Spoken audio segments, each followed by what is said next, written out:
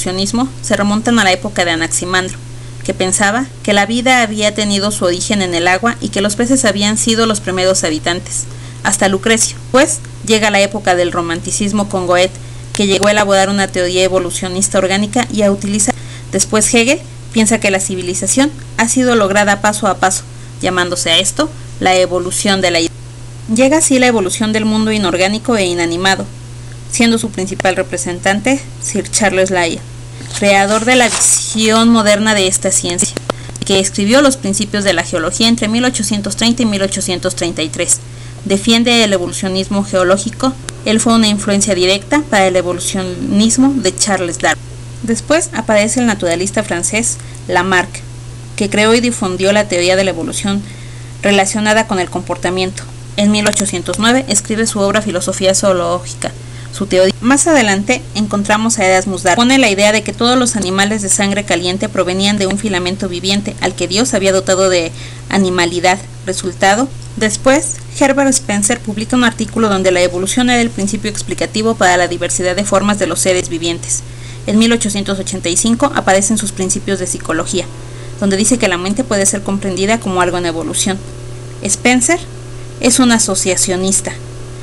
Él ve la evolución como un cambio, donde se da la adaptación a las condiciones externas, la diferenciación de cada animal procedente de cierta manera peculiar y la utilidad de la función, donde los reflejos son las reacciones más simples, inflexibles y diferenciadas y groseras. Así llegamos al punto culmen con Charles Darwin, que él dice que en cada especie nacen más individuos de los que pueden sobrevivir, por lo que debe darse una selección natural donde viven los más aptos. Así, en 1859, lanza su obra más importante, El origen de las especies por la selección natural o la conservación de las razas favorecidas en la lucha por la vida. Darwin dice que la descendencia humana y la selección natural se aplica a la teoría general de la evolución de la especie humana. Dice que descendemos de un antepasado. Thomas Huxley da testimonio de la posición del hombre en la naturaleza, afirmando que el hombre es también resultado de la evolución. Darwin trata sobremanera de demostrar esta afirmación. Esto causa un gran conflicto, no solo a nivel científico, sino también a nivel religioso, pues echa por tierra todas las teorías acerca de nuestra descendencia a partir de la creación de Adán y Eva. Después escribe su obra La expresión de las emociones en el hombre y los animales, donde trata de estudiar la vida como función adaptativa y no como el contenido de la mente.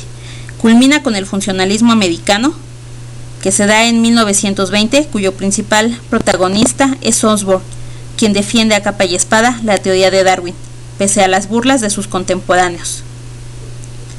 Darwin se interesa también por la génesis de los rasgos de la evolución, animando a los psiquiatras a estudiar la etiología de los humanos. Con ello se da pie al nacimiento de la psicología clínica y de la psiquiatría moderna. La misma actitud genética y evolutiva de los rasgos o habilidades puede servir de base a la psicología evolutiva de Darwin. Así, aparece la psicología comparada, donde Descartes establece una distinción entre los animales y el hombre.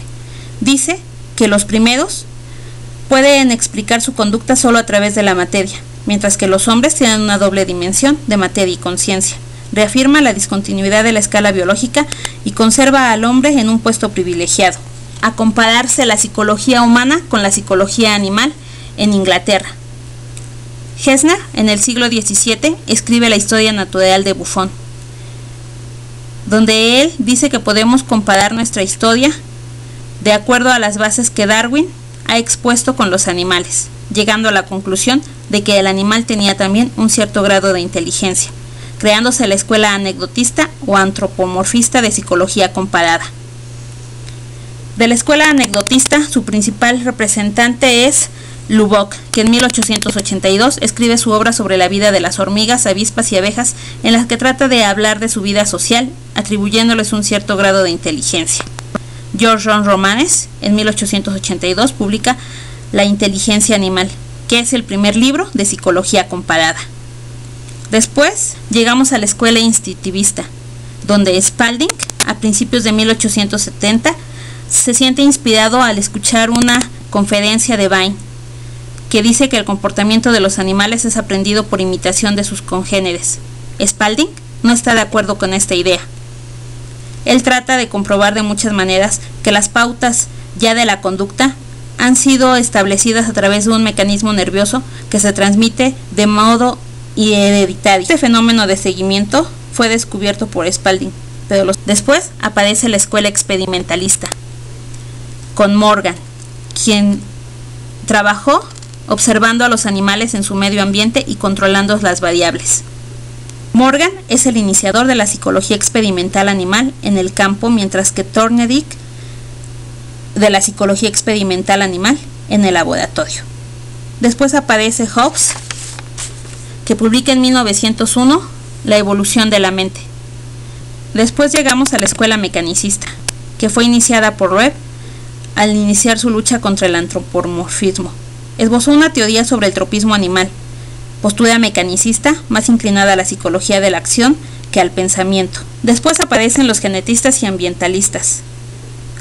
Los ambientalistas decían que el factor determinante de la conducta es el ambiente, siendo su principal representante Tolman. Después, con Lorenz, aparecen los etólogos, que se encargan de estudiar el instinto y la conducta aprendida, común a todos los individuos de una especie, y viendo cómo ésta es modificada por un estímulo externo. Crea el experimento de privación, que le es muy útil para distinguir entre el comportamiento innato y el adquirido. Así, llegamos a la psicología diferencial, de la cual su principal representante es Juan Huarte, que en 1575 escribe su obra Examen de ingenios para las ciencias, donde se muestra la diferencia de habilidades que hay en los hombres y en el género de letras que cada uno de ellos corresponde, donde si predomina el calor, sobresale la imaginación, o la sequedad, la inteligencia, y la humedad da rienda suelta a la memoria fácil. Huarte es considerado justamente padre de la psicología diferencial y concretamente de la orientación profesional, al localizar las potencias superiores del alma en los ventrículos cerebrales. Después surge la frenología, la fisionomía y la tipología, que trata de establecer conductas basándose en las características físicas de los seres humanos. Así llegamos a los estudios de tiempo y reacción, iniciados por Helmholtz en 1850. Después, Donders y de Geers, en 1860, comprueban la importancia de otros factores de índole no exclusivamente fisiológica, sino también psíquica y de planteamiento experimental acerca de los tiempos de reacción. Diseñan 3 clases de experimentos: los de reacción sencilla, los de reacción de discriminación y los de reacción de elección. Es una modalidad experimental del tiempo de reacción de tiempo asociativo, donde el aparato Francis Galton habla de la naturaleza y de la medida de las habilidades, donde dice que la actitud evolucionista en psicología es uno de sus principios y los aplica al trabajar sobre la variación, la selección, la adaptación al estudio de las diferencias individuales entre los hombres. Dice que las características psíquicas eran heredadas y medibles. En 1883 publicó Investigaciones sobre el talento humano y su desarrollo. Fue el gran precursor de la psicología científica. Estudió las imágenes mentales e ideó un cuestionario. Encontró que los sujetos no eran siempre capaces de tener claras y exactas imágenes mentales, pese a tener un alto coeficiente intelectual y un buen nivel de preparación. Así, Adolf Kuit, estudiando la estatura de muestras muy numerosas de personas, llegaba a la conclusión de que los dos se le llamó el propósito inicial de la naturaleza, que era obtener las características del hombre medio. Sperman llegó a la conclusión de que el grado de cada habilidad depende de un factor general y de otro específico de esa habilidad concreta, al que llamó factor específico, creándose la teoría de los 2 factores y la teoría del factor único. De esta manera se fueron desarrollando los test. En un principio eran escritos. Después, algunos para adecuarse a las edades se fueron haciendo con imágenes. Otros, al final, se hicieron orales. Los tests se han vuelto un medio importantísimo dentro de la psicología. Binet lanza entonces el concepto de coeficiencia intelectual,